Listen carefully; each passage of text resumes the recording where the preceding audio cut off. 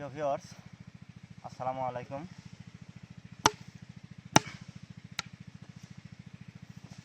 আজকে আমি আপনাদেরকে দেখাবো কিভাবে পেঁয়াজের বীজতলাটা প্রস্তুত করা লাগে।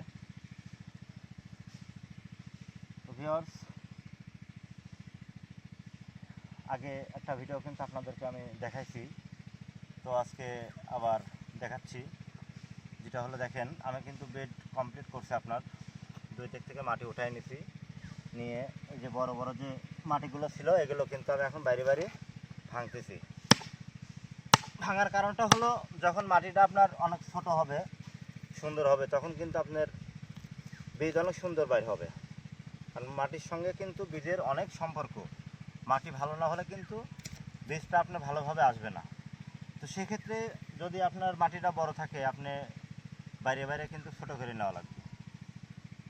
তো ভিউয়ার্স, একটা কথা বলি, যেটা হচ্ছে, আমি যে কাজগুলো আপনাদের কাছে তুলে ধরি, কাজগুলো আপনারা ভালোভাবে দেখেন। দেখে যদি আপনাদেরকে ভালো লাগে, অবশ্যই আমার কাজটাকে ফলো করেন। এবং আমি আমার ফেসবুকে একটা পেজ খুলছি, আসুন কৃষি শিখি, এটাতে একটা ফলো দিয়ে রাখেন। আপনাদের সামনে নতুন নতুন ভিডিও নিয়ে আমি হাজির হব। তো ভিউয়ার্স, আরেকটা জিনিস দেখাই, এই ছোট মাটিটা আপনারা কিভাবে এটাকে চালতে হবে, না চাললে কিন্তু বেডটা সুন্দর হবে না। দেখাই ভিউয়ার্স,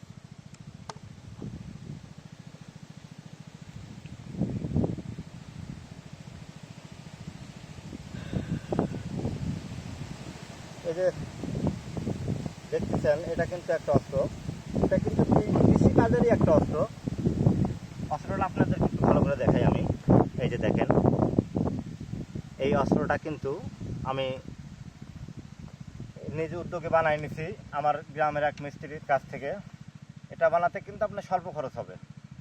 এই যে লোহাটা আছে না, এই লোহাটা আপনি কিনবেন 5 ইঞ্চি লোহা, যাকে মানে অনেক এলাকায় তারকাটা বলে, আমরা আমাদের এলাকায় লোহা বলি। আপনি এই লোহাটা কিনবেন 5 ইঞ্চি, কেনার পরে আপনি এরকম 2-3 হাত বাটাম কিনবেন। কিনে কিন্তু এই জিনিসটা মিস্ত্রির কাছে দিলে কিন্তু ডিল করে করে আপনি সুন্দর করে এটা বানাই দেবে। দেওয়ার পরে এখানে একটা সেট আপ করে আপনার কিন্তু এই জিনিসটা বানাই দেবে। আমাদের এলাকায় আমরা এই জিনিসটাকে আপনার ওই যে নাইলে বলি। তো এটা হলে কিন্তু কাজের অনেক সুবিধা হয়। তো ভিউয়ার্স, এই যে দেখেন, এই যে এভাবে কিন্তু চালিয়ে নিতে হবে আপনার। এই যে এইভাবে কিন্তু সুন্দর করে আপনার চালিয়ে নিতে হবে। এই যে দেখেন, এভাবে চালিয়ে নিতে হবে। এই যে এভাবে রেখে দিলেন। এই যে মাঝখান দিয়ে যে বেডটা করছেন, এই বেডের মাঝখান দিয়ে আপনি রেখে দেবেন। এই দেখেন, এইসব মাটি কিন্তু আপনার আউট হয়ে যাবে, আর সুন্দর মাটি কিন্তু আপনার থেকে যাবে। এই যে এটা কিন্তু চারার জন্য উপযোগী একটা মাটি, সুন্দর মাটি। তো ভিউয়ার্স, আমার এই বেড যদি আপনাদের ভালো লাগে, আমার এই বীজতলাটা যদি সুন্দর লাগে, অবশ্যই আপনি একটা সুন্দর কমেন্ট করবেন। এবং জানার কোনো বিষয় থাকলে অবশ্যই আমাকে কমেন্টে জানাবেন। আর একটা কথা, সেটা হচ্ছে, আমি ইউটিউবে একটা নতুন চ্যানেল খুলছি, আসুন কৃষি শিখি। এই চ্যানেলটাকে একটা সাবস্ক্রাইব করে রাখেন। অবশ্যই আপনাদের সামনে নতুন ভিডিও নিয়ে আমি হাজির হব। আমার যে কাজগুলো আছে, আমি নিজে যেগুলো করি আপনাদের মাঝে তুলে ধরবো। আপনাদের ভালো লাগলে অবশ্যই ফলো, কমেন্ট, শেয়ার এগুলো করবেন। ইনশাল্লাহ, ভালো থাকেন।